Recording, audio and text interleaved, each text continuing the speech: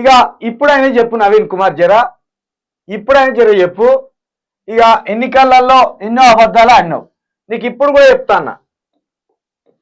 ఇప్పుడు కూడా నీ ముందు 2 నిజాలను పెడుతున్నా. ఈ నిజాలను నువ్వు ప్రూవ్ చేయవలసిందే, రుజువు చేయవలసిందే. ఒకటి, 200 మందికి గుండె ఆపరేషన్లు ఎప్పుడు చేయించినావు, వాళ్ళ పేర్లేంది, వాళ్ళ అడ్రస్లు ఏంది, ఇది చెప్పాలి. ఒకటి. 2, 1.5 కోటి డబ్బులు ఇచ్చినవా ప్రభుత్వానికి, ఇవ్వలేదా? ఈ 2 విషయాలను ఖచ్చితంగా నువ్వు చెప్పవలసిందే. ఎందుకంటే నువ్వు ఇప్పుడు ప్రజాప్రతినిధివి, యూట్యూబ్లో వార్తలు చదివేటోని కాదు. ఇప్పుడు నువ్వు రాజ్యాంగబద్ధంగా ఎన్నికైన ప్రజాప్రతినిధివి. నీకు నిజాయితీ ఉండాలి, నిబద్ధత ఉండాలి. ఇవి నిరూపించుకో. లేదంటే నీ గాలి మాటలు అనేది తేలిపోతాయి. ప్రచారంలో ఏదో గాలి మాటలు చెప్పుకుంటూ పోయినావు, కానీ ఈ 200 మందిని ఇంతవరకు చూపించలే. 200 మందికి గుండె ఆపరేషన్ చేయించినా అన్నావు, అది చూపించలే.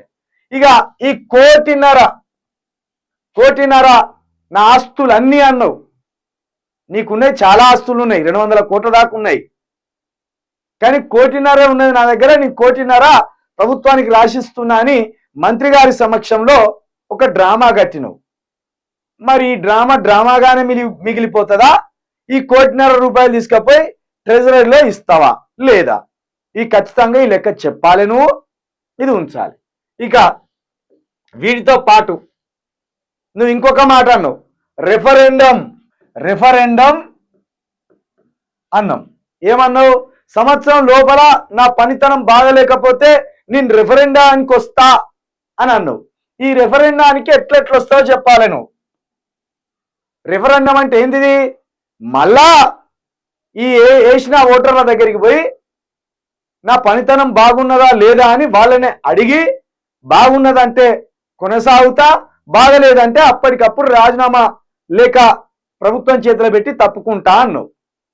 ఇది ఎట్లా సాధ్యమవుతుందో నువ్వు చెప్పాలి. ఇన్ని రోజులు మేము చెప్తా అంటే వీళ్ళకి అర్థం కాలే చాలా మందికి. రెఫరెండం అనేది సాధ్యం కాని విషయము. అది చిన్న దేశాల్లో ఒక 10 లక్షలు, 5 లక్షలు, 20 లక్షలు ఉండే దేశాలలో సాధ్యపడేది ఇక్కడ సాధ్యపడదు అని చెప్తే ఆయన చెప్పిన అబద్ధాలన్నీ నమ్ముకుంటా పోయింది. ఈ రెఫరెండం ఎట్లా సాధ్యమో, నువ్వు ఎట్లా రెఫరెండానికి వస్తావో చెప్పాలి. ఇవాళ 8వ తారీఖు, 6వ నెల 2024. నువ్వు నిన్న గెలిచినావు కదా, ఇవాళ అధికారికంగా ప్రకటించింది కదా. మళ్ళీ 8వ తారీఖు అదే 6వ నెల 2025లో నువ్వు రెఫరెండంతో ప్రజల మధ్యకు, ఓటర్ల మధ్యకు రావాలి. అది దీని ఖర్చు నువ్వే భరిస్తావా?